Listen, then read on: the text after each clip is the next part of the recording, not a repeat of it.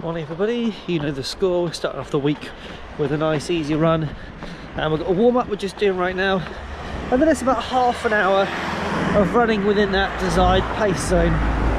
Now there are a couple of things I've noticed about this plan so far. I'll talk to you about those in just a second.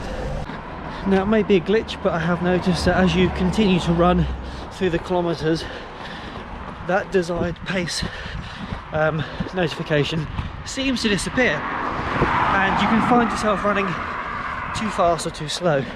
It seems to be quite comfortable with you working towards that desired pace zone as the average pace.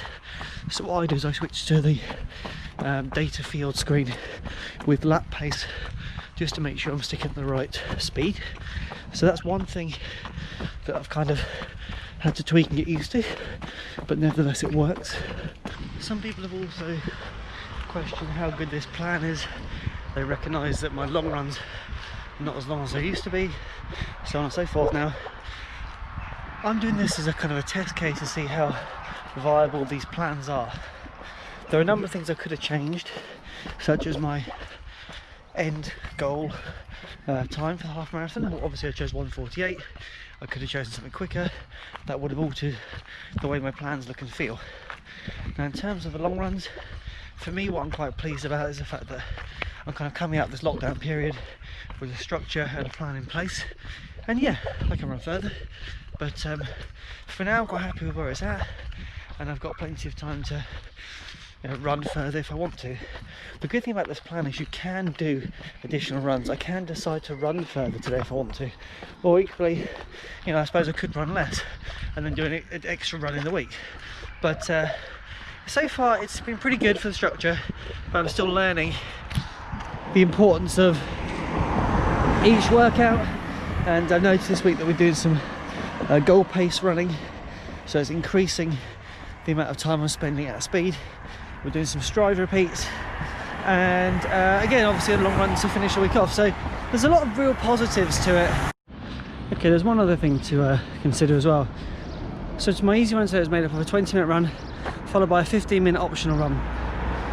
So annoyingly what happens is, as you approach the end of the 20-minute run, for instance I was working towards getting my 4th kilometre or 3rd kilometre, and when you enter the 15-minute optional, it resets the step distance and resets the timer. So it means if you were tracking yourself, it effectively starts again, which is a bit of a pain.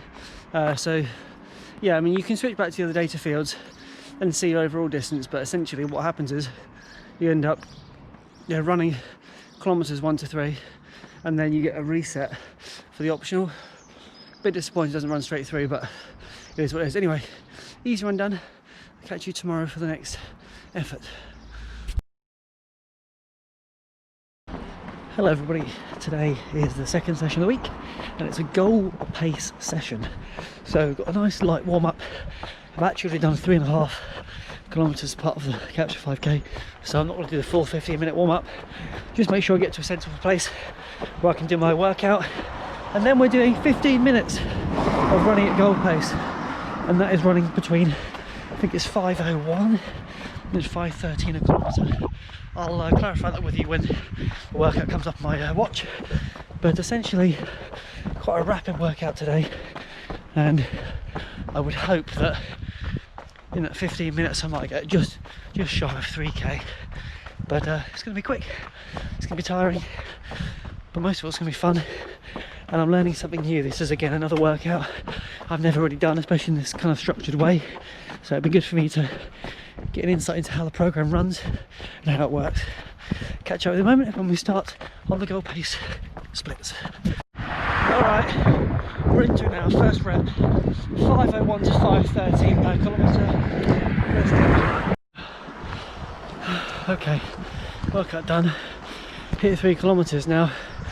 In terms of the pace, I found it a real problem to get to the pace, because first kilometre 4:40, then 4:48, then 4:44, so obviously just too fast. You're probably thinking, oh that's good, you're running too fast, but I'm trying to train myself to get in that kind of pocket, in that window, and so it doesn't really help so much that I wasn't able to do it today. I just found that pace quite hard to kind of run quickly enough to be in it, but not run slow enough to be out of it, which sounds a bit obscure, doesn't it? But yeah, it was quite a tricky pace to hold actually today. So yeah, I'm pleased that I was able to go quicker. Obviously that stands me in good stead, but not ideal in terms of the workout, because yeah, in some respects I failed that workout. I didn't stay where I was supposed to stay. And if you kind of do those things in a race, you know what's going to happen. After 5-10k it's going to blow up because you went off too fast. But what I can say is my body felt fantastic today. It was really, really responsive, and I'm so pleased that my body is able to tackle these fast workouts really well, because I haven't done them for, well, close to a year really. I've been focusing so much on my ultra training, which relies on slow, consistent miles, that I've done no speed work at all. I was also really conscious during that fast effort there to work on my form, keep your body nice and upright, eyes forward, arms, you know, hips to lips, which is what my physio told me to do. I don't really employ that strategy all that much because of the kind of running I've been doing. Hasn't really relied too much or too heavily on me having perfect forms for speed. But actually, yeah, it was a really, really good session. I really enjoyed it. I'm very hot and sweaty, as you can see. It was due to rain. I kind of hoped it would. But yeah, so that's the session for today. I look forward to seeing you tomorrow or the day after for the next session, which I've forgotten what it is now, but you're about to see it in 3, 2, 1. Hello everybody, a quick check-in before we get started. So I've actually switched the long run and the stride repeat around. Now to do that was a little bit of a faff, but it was okay. Had to use the Garmin Connect app, and you can reschedule the runs using your calendar. The only problem was, because I wanted to reschedule 2 runs, it was effectively trying to eliminate 1 run when I moved it. So by moving the stride repeats to Sunday, today's Saturday, it basically said, okay, if you do this, then you're going to eliminate the long run. So I had to move it to Monday, move the long run to Saturday, move the stride repeats back to Sunday, but I got there in the end. Now a couple of other updates. These Hoka shoes, I did a video recently on them. After 900 kilometers, I'm actually getting closer to 1,000 now, because I do use them outside of running. I'm gonna order some new ones. I don't want to be, you know, that tight. I think got my money's worth out of them. I'll still use them as daily trainer, but I think it's probably one of the last long runs I do in them, because, you know, just to be fair, it's not right on my body to, for £100 or so, to not get a new pair. So can do that. Also wearing Lululemon shorts. For long-time subscribers, you will know that I won these in a race, or rather won a voucher in order to buy them. I put a card up for that race there. A really good race actually. Local one, 25k. Really good fun. And yeah, had plans to do it again this year. In fact, it should have been around this time now, I think. But obviously, due to the situation, it's been, well, cancelled, I think, altogether until next year. So today's long run, what is it all about? 5-minute warm-up, which I was actually supposed to walk, don't know why I was running just then, and hour and 15 between 5:44 and 6:22, with an optional 20-minute at the same pace afterwards. So yeah, between hour and 15 and hour and 30. I've got a route in mind. Only problem is I'm kind of used to doing that route at speed, so it does mean that time on legs could be that I need to kind of cut it shorter and not do the loop as long, because it takes me longer to get to certain locations. I'm used to running there about a 5:20 pace, so in my head I know where I can get to in 40 minutes, but running at this pace is going to take obviously a bit longer to get there. So I'll catch up with you when we're out and about, but otherwise that's the check-in for today. See you in a sec. So I'm 4 kilometres in, and so far my splits have been around 5:44, more or less exactly. And what you need to understand is I can run 30 seconds slower per kilometre and still be in the desired pace zone. So again, it's something just to try and wrap your head around. Running slow is okay, and that's what I'm trying to train myself now, just to slow down. Actually very similar to my ultra training, but something about this half marathon training, I think your mindset is focused on, I've got to run quick on the day, so I need to run quick in my long runs, but it's not the case. So time just to slow this right down. So just to give you an indication where I'm at, 5k I went through in 29 minutes. Realistically that should be close to 31, so I'm actually now looking for a bit more of a trail type route to intentionally slow myself down. I've also just taken a pause, take a little bit of breath, just to reset that kind of automatic feel that I've currently got running at this pace. I find that helps a lot. Okay, into the woods now. A lovely place to run. It's about 7k from my home, so don't come here that often because you've got to accept that it's a relatively long run to get here, loop inside and then run back. So the chances are I'll probably go over the distance today, in terms of time at least. But it's a lovely environment. The weather's really heating up now. Glad I'm in a vest, just taking my time and just enjoying what's around me. So I'm at my local military ranges now. My understanding is that when the red flags are up, we can't come in here. You can see they're not up, so I've assumed access is okay, but I'm going to just kind of stay close to the exit points because obviously I want to make a sensible exit if I need to, if I realise that I'm doing the wrong thing. But it's such a beautiful place. I ran here once on marathon training, my first marathon training with my uncle. He knows it way better than I do, but there's so many different routes you can take, and yeah, so we're just going to stick in here for a bit, have some fun, and see what we get up to.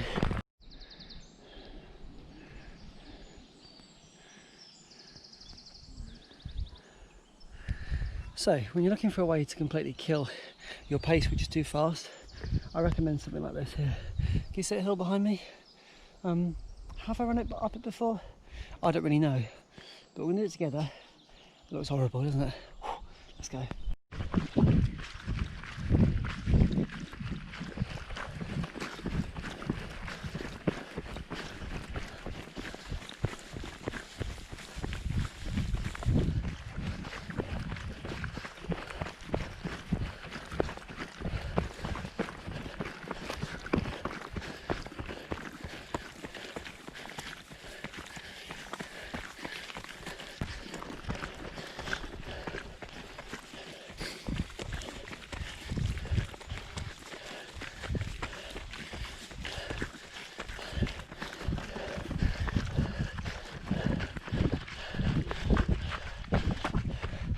Ooh, I was up on my toes there, and my pace was 5:39.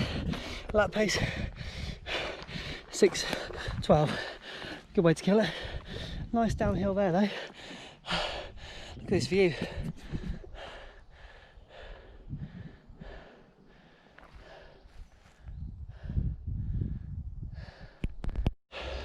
So I mentioned this irritating feature before. It's still irritating. I was about 3/4 of the way through my kilometre before I achieved the 1 hour and 15 element of the long run. So what happened was it then switched over to the optional 20 minutes but reset the lap timer. So effectively that 75% of the kilometre that I had done is then void because I then start a new lap, which means it's not until I look on Strava later I'll actually know what the split was for that entire kilometre. It's a really wonky, annoying system, because now I don't actually know where I'm at. Because essentially, I'm now lapping within kilometres, although my watch is telling me I'm doing a solid kilometre. If that makes some sense, I'm trying to explain it, but it's a bit difficult. Anyway, gonna run home. It'll be longer than 20 minutes. But yeah, it's just a really irritating feature. Really irritating. It should just continue from where you left off and just add the time to it. It shouldn't reset and restart. Oh, what a pain. It gets worse. I nudged my watch and now it's switched to cool down mode, which means it's reset the lap timer yet again. And it's only for 5 minutes, so after this 5 minutes, I'll actually have to restart the workout or just start a new workout to get the remainder. What a faff. Okay, I'm a few kilometres from home. Felt amazing today. All I can say is I did about 10k at 5:44 pace. I'm still on the fast end of the desired pace zone, but nevertheless a strong run. What happened after that I can't tell you because I've got no stats on the watch. I don't know where I'm at, don't know what my pace is. And again, just doing that cool down part, obviously I didn't achieve a 5 minute flat in 5 minutes, so at 0.9 of a kilometre it just says workout ended. So I don't know what it looked like on Strava, probably a complete mess. Nevertheless, there are still some teething problems with this training plan. I don't really like that function at all, but we'll work with it, and I'll see you tomorrow for some stride repeats. Catch up with you then. Okay, here we are then, the last workout of the week, and today is stride repeat. So I'm just going to kind of scroll through, so sorry if my arm's in the way there. So the workout today, so to quickly view the workout, 6 steps, warm up for 10 minutes, and then you're running for 20 seconds, 150 to 200 SPM. So I always knew that as being strokes per minute, but obviously we're not swimming today. But some understanding is, having looked online, to the cadence between 150 and 200 is what they would like from the cadence. Recovery of 45 seconds after each hard effort, and then you repeat that 10 times. So basically 10 stride repeats with a 45-second recovery after a 10-minute warm-up and a 10-minute cool-down. So we'll kind of just see how that goes today. Give it a shot. Again, the first time really doing anything of this nature. Sorry, it looks a bit awkward on camera, but yeah. The warm-up has begun, so let's get running and I'll catch up with you in a sec.